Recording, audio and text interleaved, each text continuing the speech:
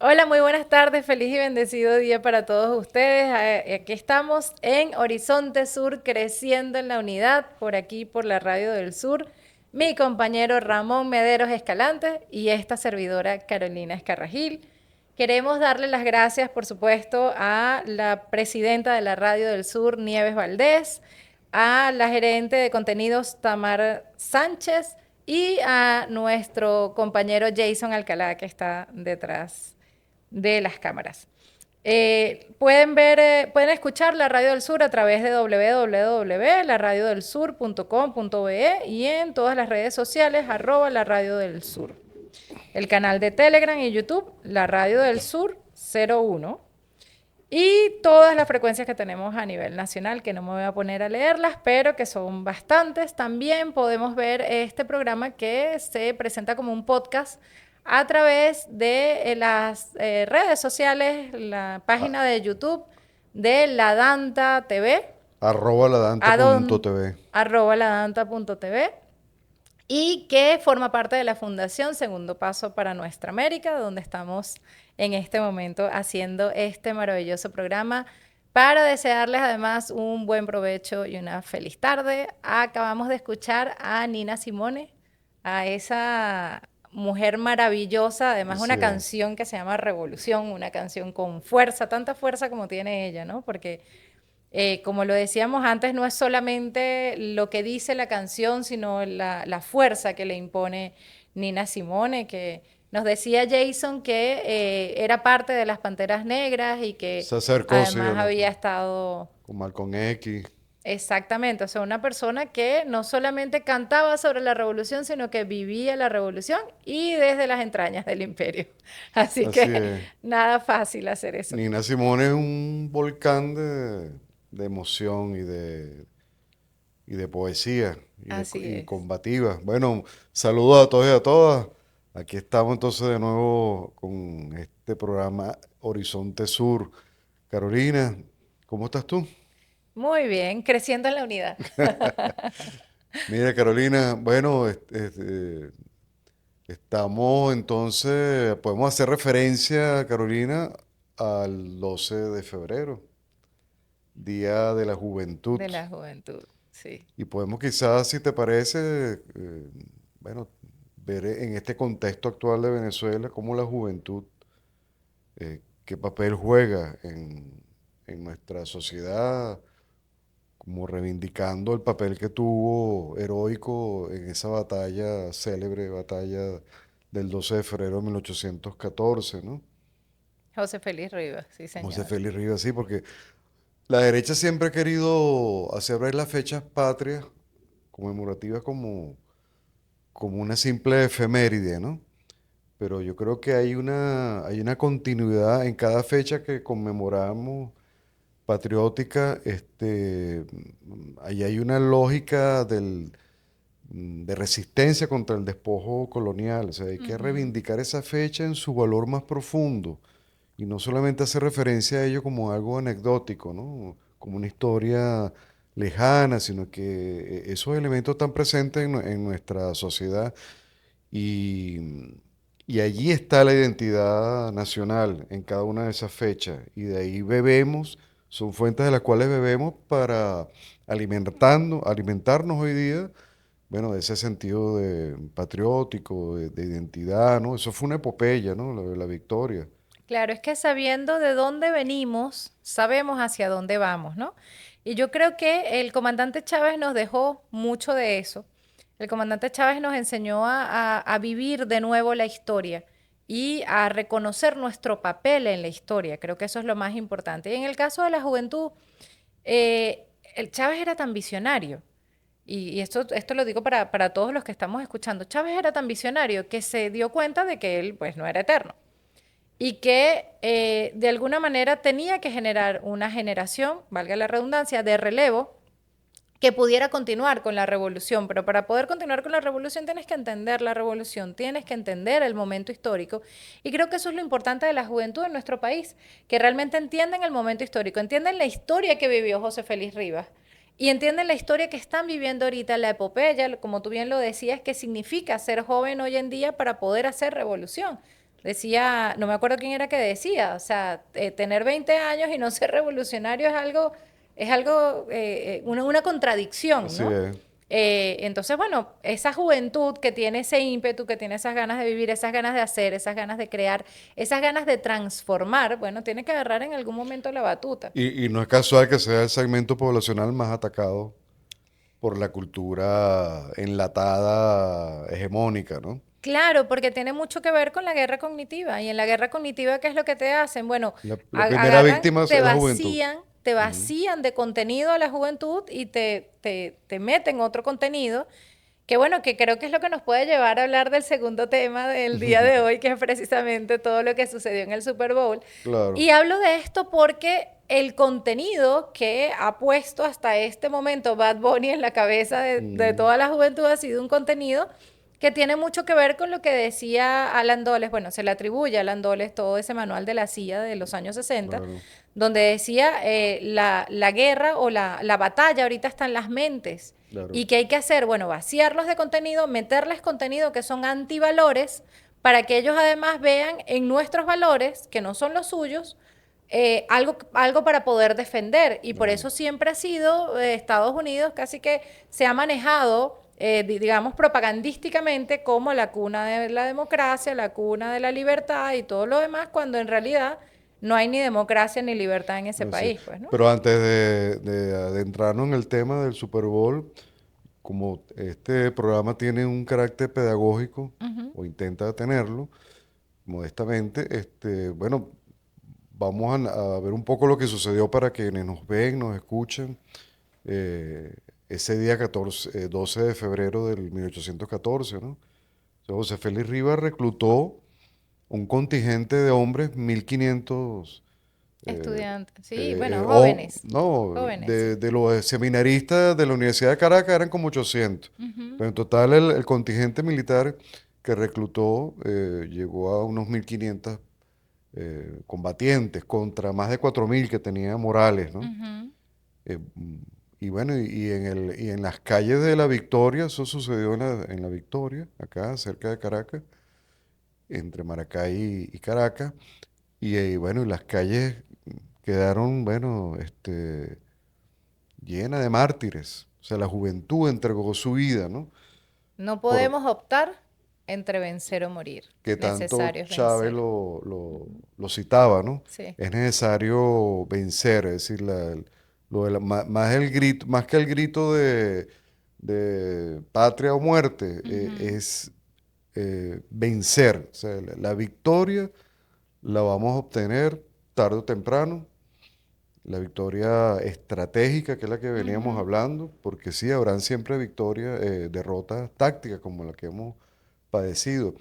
Y, y bueno, y ese sujeto popular, el joven como sujeto popular que irrumpió, ¿no? Ujú, De manera insurrecta contra el colonialismo, hoy día cobra vital importancia. Y yo creo que como revolucionarios, como patriotas, debemos trabajar día a día para rescatar a la juventud y hacerle comprender cuáles son los valores identitarios de nuestro país y rescatarlo, bueno, de toda esa guerra cognitiva que busca horadar los valores humanistas y alejarlo de esta historia, ¿no? Que es una historia que no es una simple sucesión de fechas, sino que cada momento de nuestra historia tiene un profundo significación, que es la que quieren borrar precisamente. Lo decía en el año 2006, si no recuerdo mal, Barack Obama, o no, en 2006 no. Bueno, Barack Obama en una Él llegó en el de las 2009. asambleas de, ¿ah? Él llegó en el 2009, En el Barack Obama. 2009, perdón, sí, en el 2009. Pero en una ocasión recuerdo yo que Obama decía, no, pero la historia ya no importa, el pasado no importa, Ujú. vamos hacia el futuro, al desarrollo, el Y tema de, Chávez le regaló el libro de Eduardo Galeano, Las ajá, venas abiertas de sí, América en este Latina. momento no recuerdo la fecha que ocurrió eso, 2009, 2009, exacto, 2009. en la Cumbre de las La Américas. cumbre de las Américas, sí. Y él decía de una manera descarada, no, no, pero es que la historia ya no importa, ¿para qué vamos a estar recordando lo que pasó antes? Vamos hacia el desarrollo, el llamado a la modernidad, ¿no? El desarrollo, Claro, porque es vaciarte del contenido, vaciarte de la identidad, porque la historia al final tiene que ver con la identidad de cada ser humano, de cada país, de cada nación, de cada grupo, incluso de cada grupo etario también, ¿no? Entonces, Sí, esa identidad de alguna manera creo que, quiero volver pues siempre al comandante Chávez, porque el comandante Chávez además vio que estábamos en la era bicentenaria. Y él vislumbró la era bicentenaria prácticamente hasta el 2030. Él decía, hasta el 2030 nosotros tenemos que llenarnos de esa historia para poder aplicar esa historia en el momento presente y entender el rol que estamos jugando. Chávez claro. era tan grande, ¿no? Y yo sé que estamos más enfocados en el tema de la juventud, pero bueno, creo que es importantísimo hablar de Chávez, que él todo lo veía a muy largo plazo. Visionario, visionario. Yo decía en estos días, estábamos hablando de ética en la Escuela de Formación Integral de la Asamblea Nacional, la cual tengo el honor de dirigir. Empezamos el diplomado en gestión parlamentaria. Y yo les decía, el año pasado, cuando empezó el diplomado, nosotros teníamos la ética como un solo módulo y era en el segundo módulo completo sobre la ética. Y después les dije, no, tenía que estar al principio, como estuvo en el primer plan socialista, empezaba la primera línea estratégica que planteó Chávez en ese momento era la ética socialista. El hombre y la mujer nuevo que nosotros queremos, además enfocado en esa visión bicentenaria. Entonces, bueno, por Sí. eso también es tan importante, bueno, leer nuestra historia, estudiar nuestra historia. Y yo creo que nuestros jóvenes, Ramón, además estudian, ¿sabes? De alguna manera no tienen ese vacío histórico, ese vacío cultural, ese vacío social Comparado con otros que países, no. tienen otros Sí, países, que te iba a exacto. decir, el lugar donde más ha sido fuerte y ha sido impactante la guerra cognitiva desde mi punto de vista, yo que vivía allá, es precisamente Estados Unidos, porque Claro que sí. es un país donde se les enseña que ellos son el ombligo del mundo y que no hay más nada en el mundo, pero Y, además su historia solamente se utiliza en función de lo que quieren los propagandistas de la época, que son los que están en el sí. poder, pues, ¿no? Y que son las élites al final. Por eso a mí me sorprendió mucho, aunque hay gente que dice, bueno, esos jóvenes que se levantaron a favor de Palestina Ujú. en medio del genocidio en 2023, tan perseguidos, ¿no? Ujú. Luego por la gestión estadounidense, el gobierno estadounidense, de, de- y gente, son jóvenes que abrieron los ojos, claro, ante un genocidio televisado, casi en vivo y en directo, ¿no? En tiempo real, pues impactó tanto en la juventud estadounidense que salieron bueno, a reclamar y a denunciar ese genocidio y fueron objeto de persecución las mismas bandas sionistas estadounidenses y se lanzaron contra ellos de manera violenta, agresiva y fueron ellos mismos fueron víctimas del acoso, la persecución, de ese supremacismo sionista, anglosionista, ¿no? Entonces, mucha gente me decía, no, vale, pero esos jóvenes son quienes estudian en las universidades estadounidenses, gente que tiene recursos para poderla pagar, y eso es una juventud de la cual no se espera mucho. Y yo, bueno, mira, no se esperará mucho, pero hasta el Ayatollah Jamenei escribió una carta dirigida a ellos, ¿verdad? Reivindicando lo valiente que fue de parte de ellos un despertar masivo en la juventud estadounidense a favor de Palestina. Sí, lo que pasa también es que en esas universidades hay siempre espacios para extranjeros, siempre, ¿no? Y esos extranjeros también abren mucho los ojos a los estadounidenses, independientemente de la clase social a la que puedan pertenecer o no, esos extranjeros pues han vivido otras realidades, ¿no? Y de alguna manera pues comparten esa visión. Eso pasa en esas universidades. Pero fíjate cómo el sistema, ¿qué fue lo que hizo el sistema? El sistema no se fue solamente contra los estudiantes que estaban manifestando. El sistema se fue contra la universidad. Y hoy en día hay leyes en Estados Unidos que señalan que el Estado tiene que evaluar lo que está diciendo el profesor y si no lo Claro, censuran. O sea, el nivel de censura es tan grande en ese país que realmente están tratando de lavarle el cerebro a la gente a la que todavía no le han podido lavar. Y otro elemento fundamental que no podemos dejar de lado es que a través de las redes sociales digitales tú encuentras de todo. No solamente lo que, digamos, el establishment o el Estado profundo quiere que tú sepas, no solamente lo que te quieren imponer las grandes transnacionales de los medios de comunicación, sino lo que está viviendo el ciudadano común. Entonces empiezan a ver ese tipo de cosas en tiempo real y dicen, bueno, esto no es realmente el mundo por el que yo estoy, Y apenas al que yo quiero, pues. llegó Trump a la presidencia, bueno, comenzó a perseguir a esos estudiantes y amenazar a las universidades con dejarle de El darle de financiamiento. financiamiento y le puso condiciones para que eso no volviese a pasar y para que criminalizara a los estudiantes que participaron de proporcionar los nombres. Es decir, una cacería de brujas que se dio a raíz de eso, ¿no? Claro, lo que sí es que todo eso tiene que ver, porque acuérdate que Trump está en su segundo periodo, ¿no? Él hizo un trabajo en su primer periodo que de alguna manera él siente que lo interrumpió Biden en su época, pero que además no podemos dejar de lado todo lo que sucedió con el COVID-19, la gente encerrada en su casa, que a lo que tenía acceso era lo que había en el teléfono, la implosión de las redes sociales digitales, sobre todo de algunas redes sociales antes de que las compraran algunos magnates, porque antes de que Meta se uniera y uniera Facebook y uniera todo esto, había otras redes sociales. Antes de que Elon Musk comprara X, había otras redes sociales. Los periódicos eran un poco más independientes, ¿no? El Washington Post no estaba en manos de Bezos, o sea, de Jeff Bezos. Entonces, de alguna manera, no estaba dentro de esta élite capitalista transnacional el poder de todas las redes sociales digitales, ¿no? Sino que Así había una irrupción incluso de redes sociales de otros países.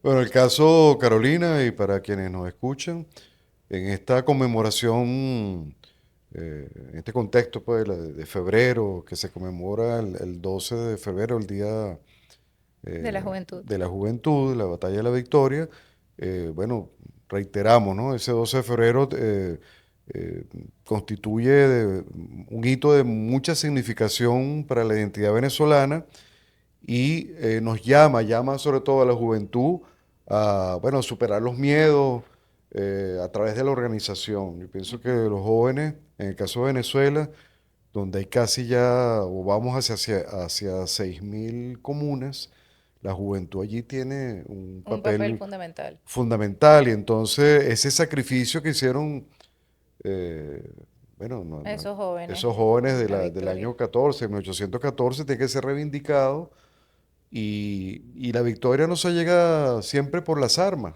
Ujú. sino a través de la moral, que es el camino que comienza a aparecer para recorrerlo. Y los jóvenes tienen que armarse de esa moral como pueblo para, bueno, hacer frente bueno, a la colonia, Ujú. al colonialismo y, y luchar, son las generaciones de jóvenes los que van a luchar por la soberanía nacional para rescatar nuestra independencia y nuestra emancipación definitiva. Así es. Vamos a un corte, Ujú. vamos a escuchar otra canción que es una canción iraní, porque ahora vamos a hablar de lo de Bad Bunny, del Super Bowl, y vamos a hablar de la Revolución Islámica de Irán, que también ha cumplido 47 años de revolución. Ya volvemos. Bueno, estamos de regreso, Carolina. Saludos a todas y a todos. Estamos en Horizonte Sur, Creciendo en la Unidad, un programa producido por la Fundación Segundo Paso para Nuestra América. Pueden vernos a través de las redes sociales, @ladanta.tv y estamos acá pues en la Radio del Sur. Así es, para escuchar los latidos de la patria grande. Así es, eso es lo que estamos escuchando. No hay que dejar nunca de escuchar esos latidos de nuestra patria.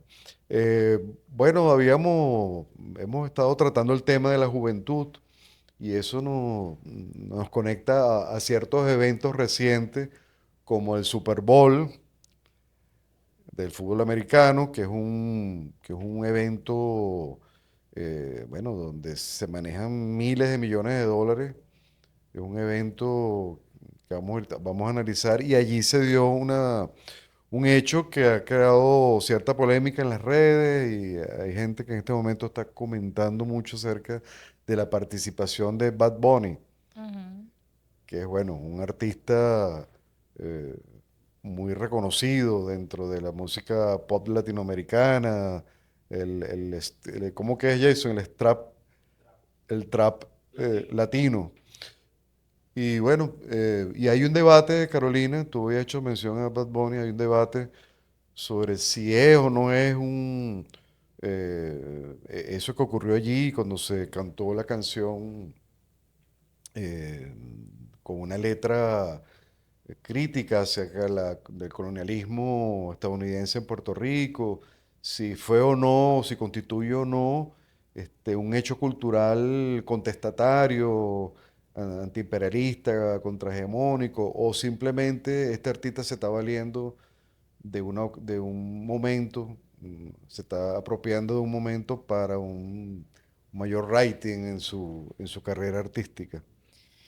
Mira, yo creo que hay que analizarlos de varios puntos de vista, ¿no? Él es un producto. Hay toda una producción detrás de todo lo que pasó. Hay alguien que decide cuáles son las canciones, hay alguien que le da las letras de las canciones, hay alguien que paga, digamos, por todo esto. Hay unas empresas que están detrás de todo esto, empresas de carros, empresas tecnológicas, que están detrás de todo Así es. este espectáculo, ¿no? Que es el Super Bowl. Pero hay algo muy importante que decía mi amigo Juan Martorano en uno de sus artículos, en su más reciente artículo, y es que, bueno, Bad Bunny le llega a 35 millones de personas. O el espectáculo, mejor dicho, no Bad Bunny, el espectáculo del Super Bowl le llega a 35 millones de personas, por lo menos, ¿no? Y sin contar con los extractos que luego se ponen en las redes sociales y le llegan a otras personas, porque yo vi el pedacito nada más del show, porque yo no, a mí no me gusta el fútbol americano ni nada por el estilo. Hablábamos con, sobre todo con Jason, que es más joven que nosotros dos. Hablábamos con Jason de que quizá en ese escenario donde se dio el Super Bowl entraban 100.000 personas. Pero ¿a quién le estás hablando en el espectáculo? No le estás hablando a esas 100.000 personas que además son de California, que California hay que recordar que es uno de los estados santuario de los Estados Unidos, siempre ha sido reconocido como estado santuario. Es un estado, hay una película muy interesante que yo vi cuando llegué a los Estados Unidos en el año 2009, que se llama A Day Without a Mexican, Un día sin mexicanos. Se las recomiendo, es una película más tipo documental. Es una película un poco, digamos que sin la producción de Hollywood, evidentemente, ¿no? No recuerdo ahorita el nombre del que la produjo, pero nosotros teníamos vínculo con él en la embajada. Y era imaginarse estar en California un solo día sin que existieran los mexicanos. Ahí no había padres, ahí no había personas de limpieza, por supuesto, ahí no había repartidores, ahí no había los abuelos de los hijos, por ejemplo. O sea, ahí no había familia ni siquiera, porque sobre todo en California es un estado donde hay mucho arraigo de lo que es el mexicano, de la cultura Y los valores de la mexicana, de los familia, valores de la familia. de Está muy compartir, cerca sí. de México, pero además es un México donde, imagínate, está cerca de Hollywood, ¿no? O Sí. sea, es un México que no es el México Allá del Paso, Texas. allá hay tensiones, pues, una tensión cultural Hay una tensión cultural, pero es una tensión cultural diferente a la que se da en Texas, en El Paso, que es donde ah, está el claro. muro, ¿no? Y Ujú. donde está todo esto que generó además Bill Clinton en el Sí. año 94. Entonces, bueno, es una tensión distinta a la que se da, pero una tensión también que tiene que ver con la posibilidad de ser parte de esa élite de Hollywood, etcétera, ¿no? Ujú. Como les decía, es una ciudad santuario, es una ciudad que tiene muchos migrantes, es donde se dio el Super Bowl y creo que el contexto no solamente del espacio físico, sino el hecho de que está dirigida, el gobernador que está en California es un demócrata y es la primera persona con la que Trump tuvo, digamos que un problema fuerte desde que asumió el poder en Sí, enero del año pasado, ¿no?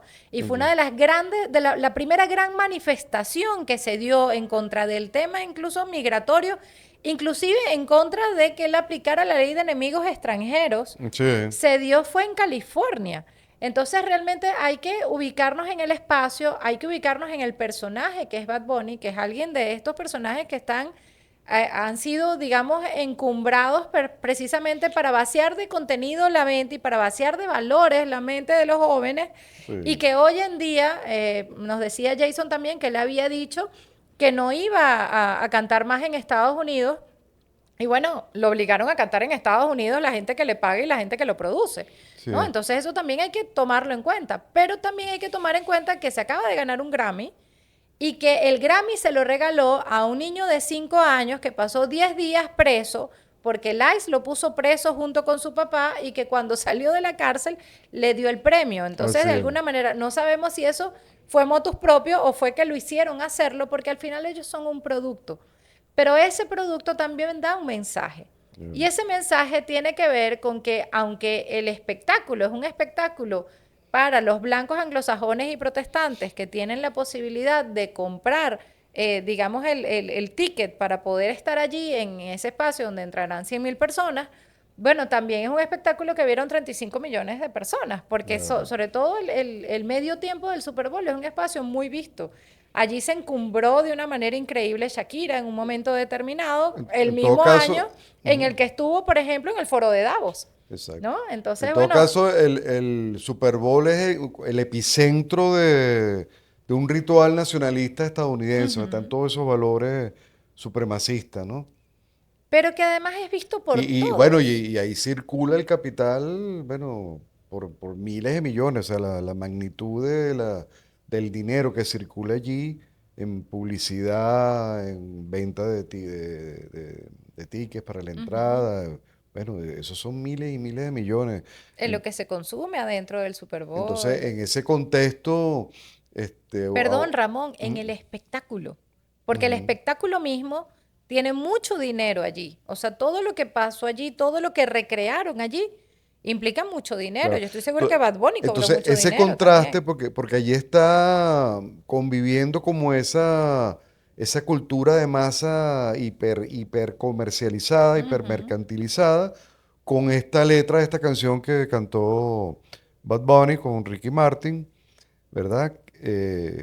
Que supuestamente es una canción, eh, bueno, contestataria, que protesta contra el colonialismo estadounidense, ¿no? Entonces yo estaba bromeando contigo antes de entrar que si ese es estamos hablando de una estética del perreo combativo, el perreo combativo. O sea, ahí me cuesta, yo no Jason quiero, decía que era trap y no sí, perreo. bueno, hay una canción de perreo, entre las que cantó en el Sí. programa, hay una de perreo especialmente. Pero en todo caso, claro, a mí particularmente me cuesta comprender que él siendo un producto del propio sistema, bueno, un hombre que tiene, maneja millones de dólares, tiene muchos recursos materiales, tiene mansiones allí en la propia California, que poco está conectado con Puerto Rico, ¿no? Lo que Eh, pasa es que le mudaron el abuelo. Le mudaron el abuelo. Esa Aplicaron ahora como es víctima, gentrificación. entonces Sí. no sé si eso fue más bien como aprovecharse de una situación por todo esto que está ocurriendo en Estados Unidos con el ICE, con el tema migratorio. Genera sospecha, ¿no? Claro, no deja de tener valor o importancia, porque bueno, estamos hablando de que el Super Bowl es, bueno, es como la quintesencia de ese nacionalismo secular, eh, donde están todos esos elementos propios de, como tú dijiste, de la cultura blanca estadounidense, ¿no? Pero fíjate, la letra, la leo rapidito y pasamos al tema de Irán, de la Revolución Islámica de Irán, ¿no? Bueno, y ni que hablar de todo lo que dijo Trump de él, ¿no? Como Ujú. todos los comentarios que hizo Trump Si quieres, sobre... yo leo después Ah, lo sí. que escribió Trump. Bueno, acá dice, en el verde, en la canción es lo que le pasó a Hawái. En el verde monte adentro aún se puede respirar, las nubes están más cerca, con Dios se puede hablar, se oye al jíbaro llorando, a otro más que se marchó, No quería irse para Orlando, pero el corrupto lo echó y no se sabe hasta cuándo. Quieren quitarme el río y también la playa, quieren el barrio mío y que abuelita se vaya.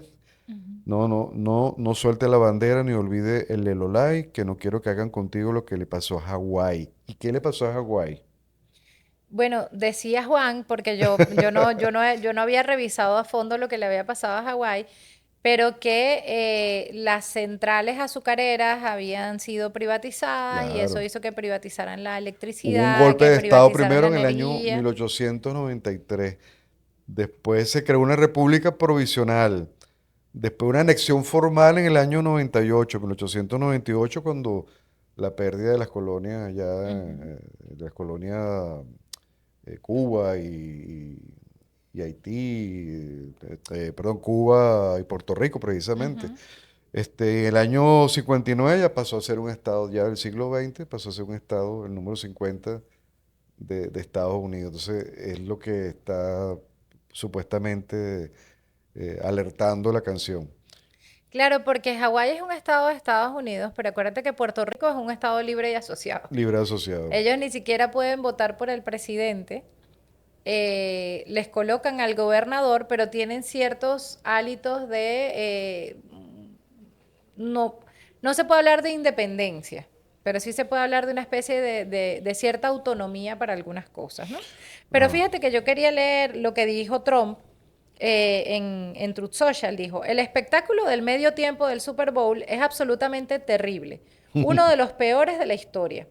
No tiene sentido, es una afrenta a la grandeza de Estados Unidos y no representa nuestros estándares de éxito, creatividad ni excelencia.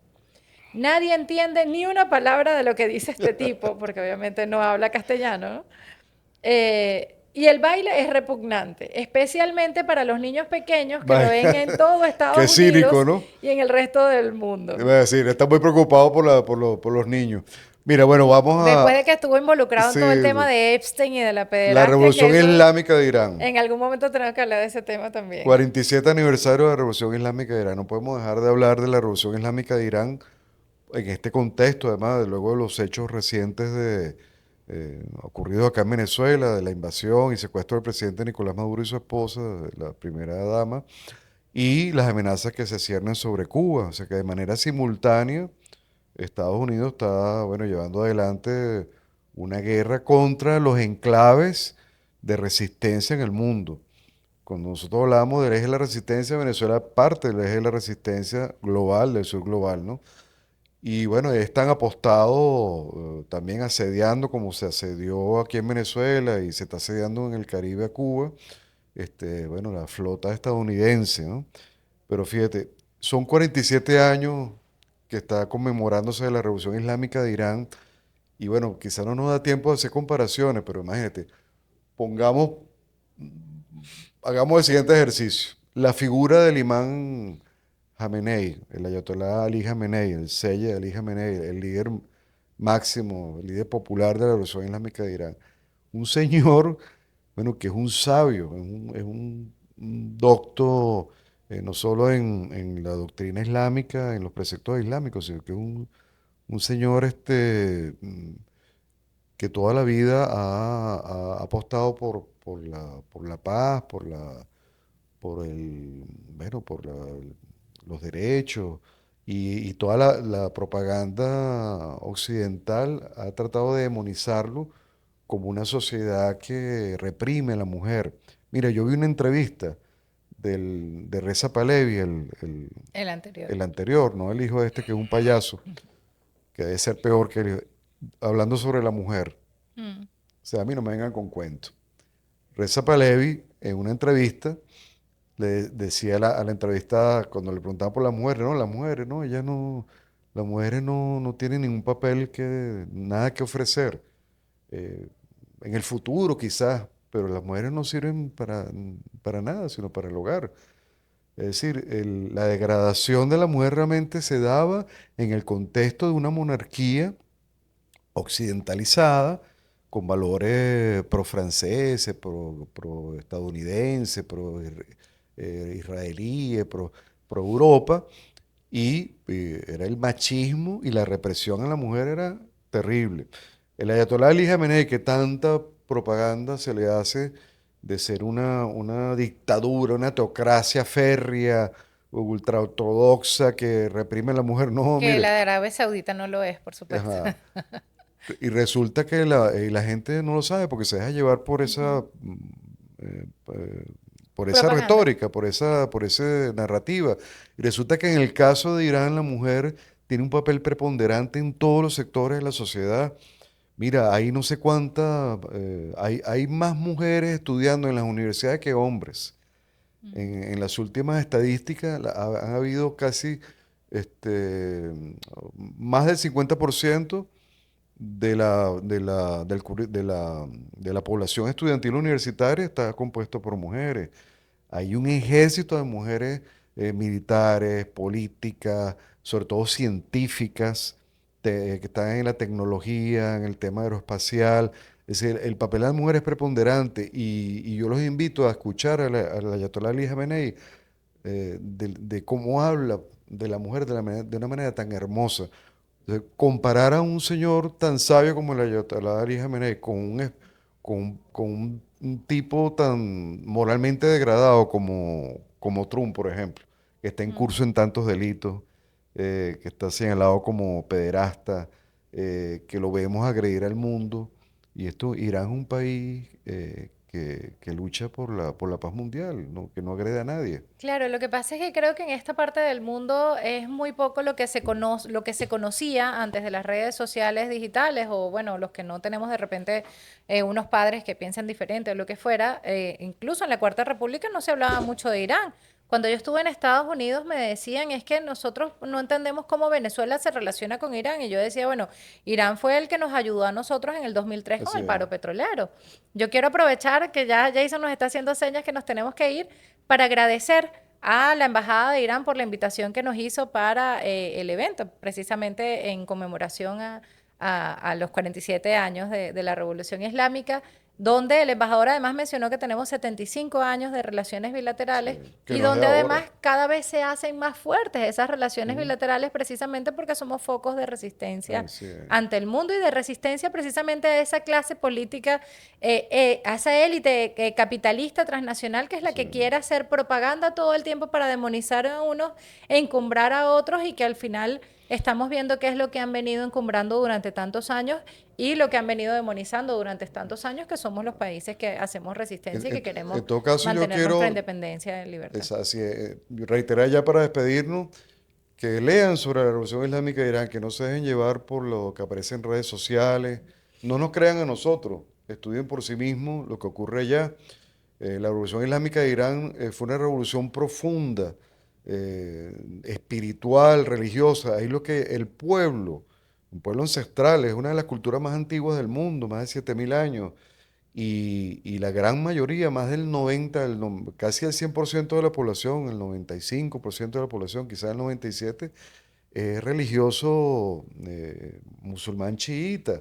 Es decir, que es mentira que la revolución eh, Mira, convirtió o de manera obligada a la gente a obligó a la gente a convertirse al Islam. No, lo que hizo fue combatir contra el modelo civilizatorio occidental, eurocéntrico, ¿verdad? Y rescatar la identidad nacional que era allí religiosa. Entonces es una teocracia, sí, pero una teocracia no como sinónimo de dictadura, sino una teocracia basada en elementos espirituales, redentores, liberadores del ser humano, Irán tiene dos humanista. problemas geoestratégicos desde mi punto de Ujú. vista. Uno, que está, digamos, en la frontera de lo que se ha imaginado el sionismo como el Gran Israel, y otro que tiene petróleo y forma parte de la Organización de Países Exportadores de Petróleo.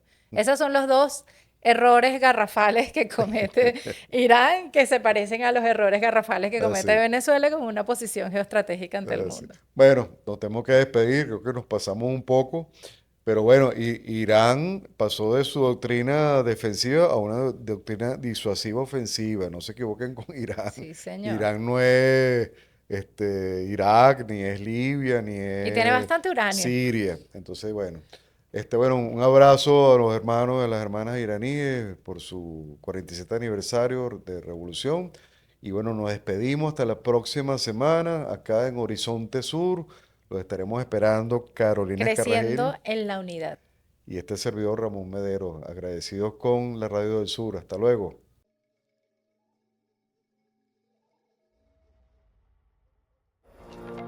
Suscríbete, toca la campana, dale me gusta y comparte.